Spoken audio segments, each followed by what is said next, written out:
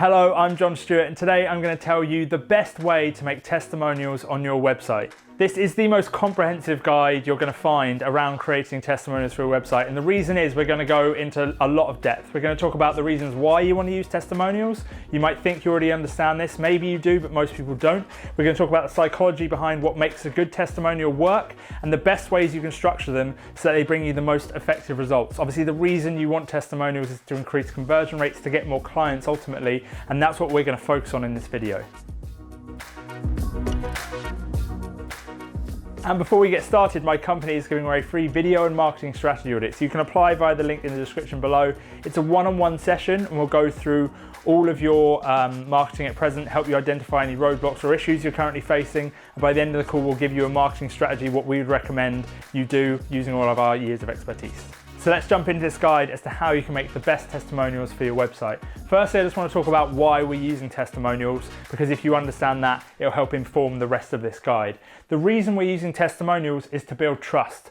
People will commit to an interaction with you, provided they have confidence in you, your service, your business, all these different things. By using testimonials, you build trust, which increases confidence, which increases the likelihood of someone taking an action with you because they believe you will be able to resolve their problems. That's what it's all about, okay? Additionally, it's a matter of social proof. As humans, we look elsewhere to see if something is a good idea. You've seen loads of studies around this. If you have 5 people in a room, 4 of them actors and 1 of them isn't an actor, and you ask a question which is blatantly wrong, if the 4 people are actors raise their hand, the other one will most likely raise their hand as well. You look to others to see what you should do. If it's apparent that loads of other people have used your service, there's going to be a way higher chance of someone committing to an interaction with you because they feel firstly that they're missing out and they feel led by the crowd because that's what everyone else is doing. So those are the 2 reasons that we're using testimonials, because they are very, very, very effective. Also, as a side note, before I go any further, testimonials are a fantastic part of a website, but they are a smaller component. If you want to know what the best elements are for a highly converting website, I have a separate video on that. I'd highly recommend you watch it after this video. I'll link it below. And next, onto this point of overwhelm, this is a way you can cut through the noise. Testimonials are a very, very common factor when it comes to websites. Everyone knows you need a testimonial website. It's just kind of the done thing. As a result of that, it becomes white noise. So what we're trying to do is create something that cuts through the white noise. So if someone checks out your website and a competitor's website, they pick you over the competitor. The way we do this is with overwhelm. So instead of just having a few written testimonials that you've copy pasted and then they slide across, you have 4 or 5 different videos, you have a wall of different screenshot testimonials. It's overwhelm, and as a result of that, you increase the social proof element because more people have chosen you, and also you're doing it in a way that other people aren't. So people say, well, these guys have got so much, have had so many clients and they've all had such a good experience. The trust element is built and therefore the chance of them interacting with you is increased. Next up, we move on to this bonus section. I've also added an extra question down here, by the way, when to ask for a testimonial, which I'll go over in a little bit. So questions you need to ask. This applies regardless of whether you're doing a video or a written testimonial. So the questions you need to ask and the psychology behind why I'm going to explain as well. Firstly, you need to ask, please can you briefly introduce yourself and your business, including what it is you do. This is just obviously to introduce the person so they understand the context of where they are. As a bonus, if that person is in the same industry or has the same type of business that the person reading the testimonial has, they'll identify with it more and it'll be more powerful, which is why you should ideally focus on certain niches. Second question, which service are you using and why did you choose to do it? Third question, did you have any reservations before starting, and if so, what made you push through? The reason we ask this is because some people are going to be reading testimonials because they're unsure whether they make the commitment to taking the interaction with you, to buying something.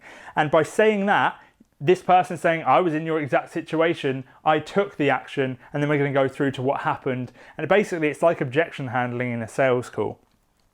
Next up, we're going to say, what kind of results are you seeing and are you happy with them? So obviously that leads on from did you have any reservations, the before and the after.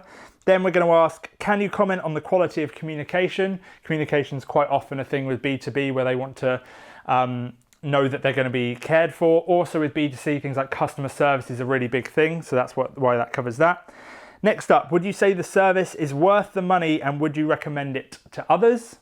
Obvious why we're asking that question.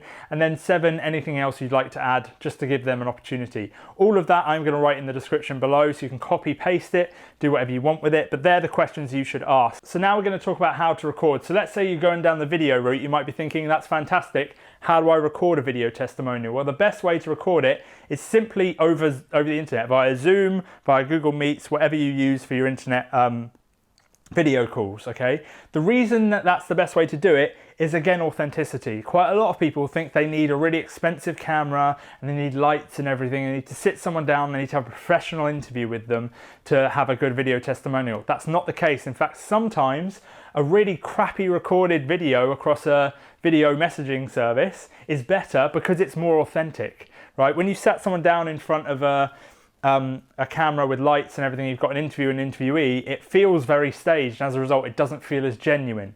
So that's the reason why you want to do it sort of a little bit on the cheap. Now, there's several ways you can do this. There's a program called OBS, which is called Outside Broadcast Systems, I think. I can't remember. It's Open Broadcast System, I think. It's entirely free. You can download that, and it means you can record your screen and any audio coming through.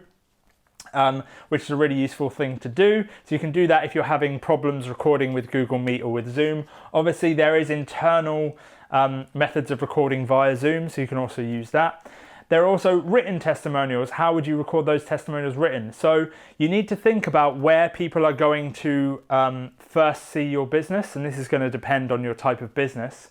But you might want to look at places like Google My Business, Trustpilot, LinkedIn recommendations, maybe Facebook reviews or things like that. These reviews that you get in these genuine locations, which are going to increase your positioning on search engines and things like that anyway, can then also be screenshotted to be used on your website. So it sort of doubles up the effectiveness of your testimonial, meaning you have it in the location where people are searching for you and then repeated on your website, which means you get more value out of it. Just in terms of where you place this, again, as I said before, it depends on your business. If you're a B2C company and you operate primarily through Facebook, obviously Facebook reviews. If you get found through search terms because you're a local company doing something that's service-based, Google My Business makes more sense. Obviously, use your own judgment with that. Again, if you have any questions, comment below and I'll tell you what would be the best place for you. And then finally, when should you ask for a testimonial? We're nearly done now. I did say this was very, very comprehensive. You need to ask for a testimonial when someone is at the peak of the results they're going to receive, or when they're receiving the first batch of results. So quite often when you deliver a service, someone is going to get the initial result that they wanted from using your service, and that's the happiest they're ever going to be, okay? Because what will happen is they might continue to receive even better results or the same level of results, but they'll get used to that, and their happiness, they'll be fine with it, they'll be happy that you're doing that for them. They will never be as happy as when this huge change has happened. So as soon as they're seeing the best results they're going to see, or they're seeing results for the first time, that's when you ask for the testimonial. And it literally is as simple as asking. If you're on regular calls with them, ask them on the call. If you are in communication with them regularly through other method, just say, would you be happy giving us a testimonial? Are you happy with the service? And obviously if they say yes, try and push them towards a video review. If for whatever reason they don't want to do a video review, which by the way, very rarely if ever happens, then just go with a written review. And that's pretty much it. You just need to ask. You don't get what you don't ask for, basically. And that's it. I appreciate that was really long and there was a lot of information in there, but this is everything you need to know about how to get the best testimonials on your website. As I said before at the very start of this video, my company is giving away free video and marketing strategy audits, whereby we go through your company one-on-one and look at what you can do to improve your marketing. There's a link in the description below. If you do want to take advantage of that, please do. We do have, I'm going to warn you, we have limited spaces for those because we advertise in multiple places. So there is a chance you might not be eligible, but if you think that you need help, put it in there and we'll have a look and see if we can help you. But I really hope this video has helped you. There's plenty of other guides on this channel, so please subscribe so you see those. Like, comment, all that standard stuff. And hopefully this has helped, and I'll speak to you soon.